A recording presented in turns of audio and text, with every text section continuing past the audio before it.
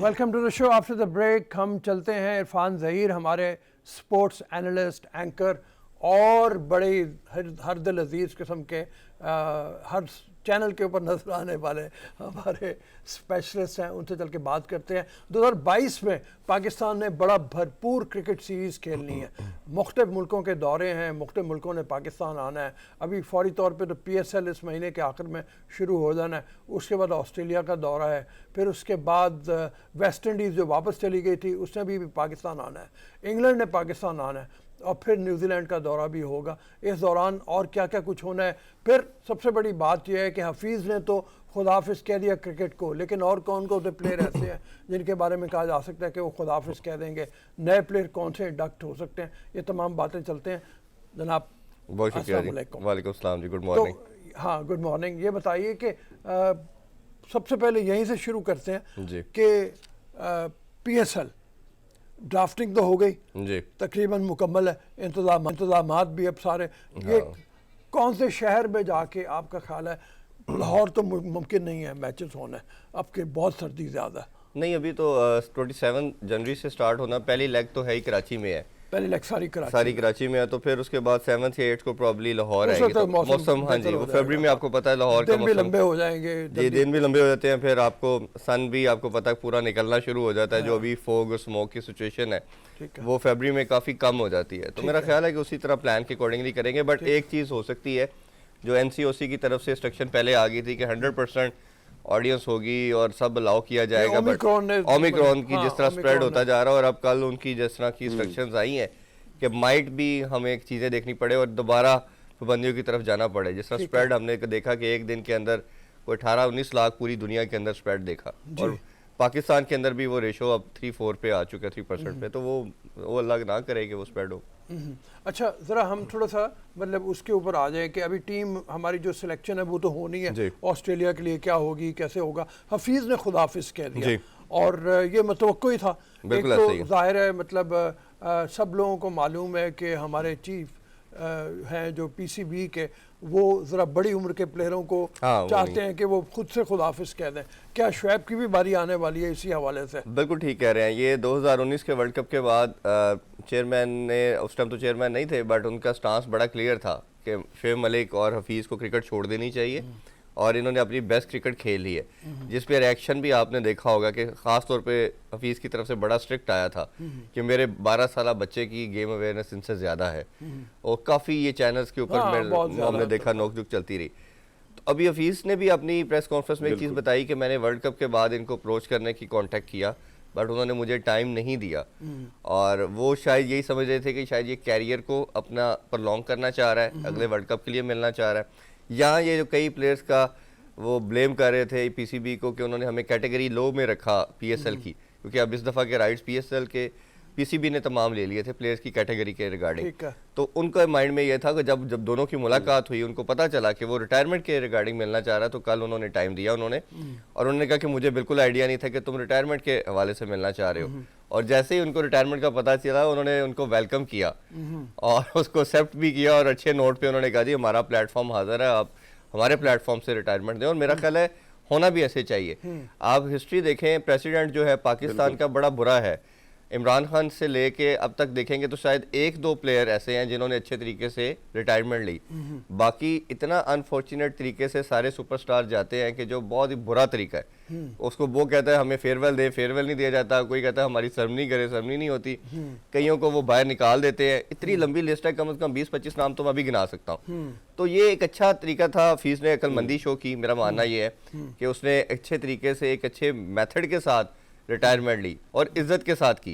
ये सबसे इंपॉर्टेंट है। अगर आपका 18 साल का कैरियर है और आपका गुड बाय वाला सिलसिला कर, जैसे सबसे रिसेंट पास की हिस्ट्री अफरीदी की है। अफरीदी 2-3 साल रिटायरमेंट नहीं ली, वो कहता रहा मुझे फेयरवेल मैच दो। उन्होंने कहा जी PCB का दायरा कोई फेयरवेल देने के लिए तो नहीं बैठा हुआ हम फेयरवेल मैच दें, तो बड़ा एक नेगेटिव इम्पैक्ट गया। उस लिहाज से मेरा ख्याल है ये बहुत राइटली डिसीजन था हफीज़ का कि अब this is a time to go. और हरमीत जो है ना मुंतजर है उसकी बारी आए। जी हरमीत। जी बिल्कुल इरफान, बहुत सारी चीज़ें बदलती जा रही हैं। साथ साथ अगर देखें, ये तो चलो हो गया, हमारे यहाँ एक रिवाज ये है, एक रीत है कि कि भैया जो खिलाड़ी आते हैं उसको ऐसे बाय बाय कर दिया जाए, लेकिन बहुत अच्छा इकदाम उन्होंने लिया प्रोफेसर ने। अब अगर देखें ऑस्ट्रेलिया की टीम भी आ रही है, एक तरफ ओमिक्रॉन है, एक बहुत बड़ा चैलेंज भी है, ऐसे में क्या लगता है कि ऑस्ट्रेलिया भी बी टीम ही भेजेगी या ए टीम होगी? अगर बी होगी तो कितना बड़ा चैलेंज है, क्योंकि ऑस्ट्रेलिया के खिलाफ रमीज राजा पहले कह चुके हैं कि हमने उनको, हमारा टारगेट ही ऑस्ट्रेलिया है, तो क्या हम तैयार हैं? देखिए रमीज राजा साहब ने तो कहा कि वो उनकी मेन टीम आएगी, बट मेरा नहीं मानना। मेरी जहाँ तक इन्फॉर्मेशन है उनकी बी टीम ही आएगी। जिस तरह हमने देखा कि न्यूजीलैंड की भी बी टीम आई थी, तो वो तो पॉसिबल नहीं। और जिस तरह का दूसरा पॉइंट आपने कहा ओमिक्रॉन का, ये स्प्रेड जितना बढ़ रहा है, इन लोगों को लाइफ थ्रेट के अलावा सबसे ज़्यादा मसला इन चीज़ों से भी बहुत ज़्यादा है। और जो ऑस्ट्रेलियन की बात करें तो बड़े, आपको पता है, वो वहमी किस्म के, सुपरस्टिशियस किस्म के लोग हैं और बड़े स्केर्ड है। वो तो अपने कंट्री के अंदर भी इन चीज़ों को नहीं वो छोड़ते। और हमने देखा कि शादाब कल बड़ी एक अजीबोगरीब चीज़ देखी कि परसों वो मैच था, उनकी हाफ आइसोलेशन कंप्लीट हो चुकी थी, पीरियड तो उन्होंने सेलिब्रेशन अलाउ थी, मास्क के साथ मैच खेले, उनका ड्रेसिंग रूम भी सेपरेट रखा गया, वो मैच खेले। बट हिस्ट्री में ऐसा कभी, जब से कोविड आया है, ऐसा कोई मैच प्लेयर्स का साथ नहीं देखा कि वो टीम के साथ खेल तो रहा था बट उसको प्लेयर्स के साथ मिलना अलाउ नहीं था। और वो बस सिंपली अब मास्क के साथ बॉलिंग की और दूर रहा। अगर आउट करना तो सेलिब्रेशन का पार्ट नहीं बन सकता था। तो ऑस्ट्रेलियन इन चीज़ों में काफ़ी स्ट्रिक्ट नजर आते हैं। तो मेरा नहीं ख्याल उनकी ए टीम आएगी। अभी 3, 4, 5 मंथ तक आप सब टीमों की बी टीम ही देखेंगे। बिग बैश उनका चल रहा है आजकल और बड़े जोरदार तरीके पे चल रहा है। पाकिस्तानी काफी प्लेयर गए हुए हैं। जी बिल्कुल ऐसा ही है। हसनैन ने बड़ा अच्छा स्पेल किया है। हसनैन ने बड़ा अच्छा स्पेल दिया है। हसनैन को हमने अभी कंसिडर पता नहीं करते हैं कि नहीं करते, आइंदा आने वाले दिन ही बताएंगे ये। अच्छा, लेकिन मतलब ये है कि आबिद अली के हवाले से भी बात कर लें। आबिद अली दिल के आर्जे में मुब्तला होके और 2 स्टेंट उनके पड़ चुके हैं, तो उनका फ्यूचर क्या लग रहा है आपको? वो अब मुझे तो नहीं लगता कि वो लंबे फॉर्मेट के वो प्लेयर हैं और लंबे फॉर्मेट के लिए वो फिट होंगे। बिल्कुल ठीक कह रहे हैं। फिटनेस लेवल ओबियसली आपकी जो मेडिसिन इसमें हार्ट पेशेंट के लिए यूज़ की जाती है उससे स्टेमिना के ऊपर इफेक्ट आता है, और प्रॉब्ली ब्लड थिनर भी, जैसे आप सब जानते होते हैं। तो हमने क्रिस गेल की एक एग्जांपल हमारे पास मौजूद है कि वो स्टंट डालने के बाद काफ़ी टाइम खेलते रहे, बट हमने देखा कि वो ज़्यादा भागते भूगते नहीं है। जहाँ तक आबिद अली की फील्डिंग की बात करें तो वो ज़्यादातर स्लिप में या सिली में डाउन वगैरह पे फील्डिंग करते हैं, तो वो तो भागने वाला सीन नहीं है। बट बैटिंग में ऑब्वियसली आप चाहे ओपनर आते हो, कुछ भी है, तो आपको थोड़ा सा तो इंटेक्ट करना पड़ेगा।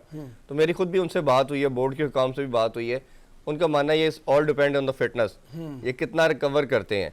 तो पीसीबी ने एक अच्छा साइन किया है कि उनको फ्री हैंड दिया है कि हमारी तरफ से कोई ऐसा प्लान नहीं है कि हम आपको आगे नहीं कंसीडर करेंगे अगर आप वो फिटनेस के, क्योंकि अब इन्होंने एक क्राइटेरिया एक बना दिया गया है, आपके डिफरेंट स्टेप्स हैं, अगर वो सारे स्टेप्स आप क्लियर करते हो, फिटनेस को आप मीट करते हो, तो फिर you would be the part of the team.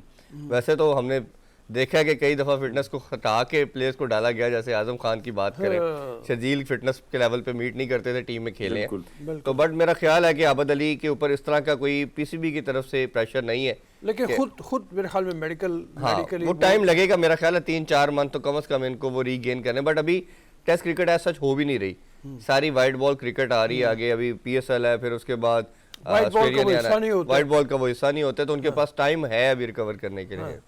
अच्छा, अब ये बताइए कि अगर फर्स्ट क्या टेस्ट क्रिकेट आती है, अब्दुल्ला शफीक तो एक चॉइस हो गया, सेकंड चॉइस के लिए हमें कम्पीट करना पड़ेगा, मुख्तलिफ लोगों के दरमियान कंपटीशन होगा।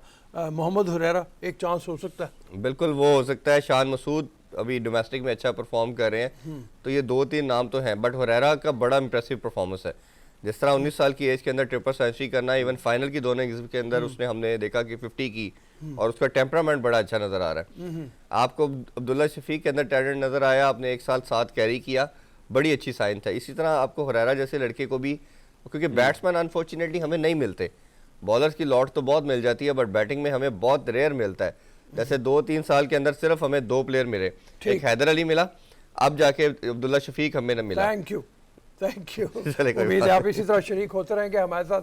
हमें अब इजाज़त दीजिए। रोमा की कमी महसूस की है, इंशाल्लाह ताला अगले 1 आध दिन में वो हमारे साथ शरीक हो जाएगी। हमने जैसे पहले भी जिक्र किया था, उनके मामू का इंतकाल हो गया।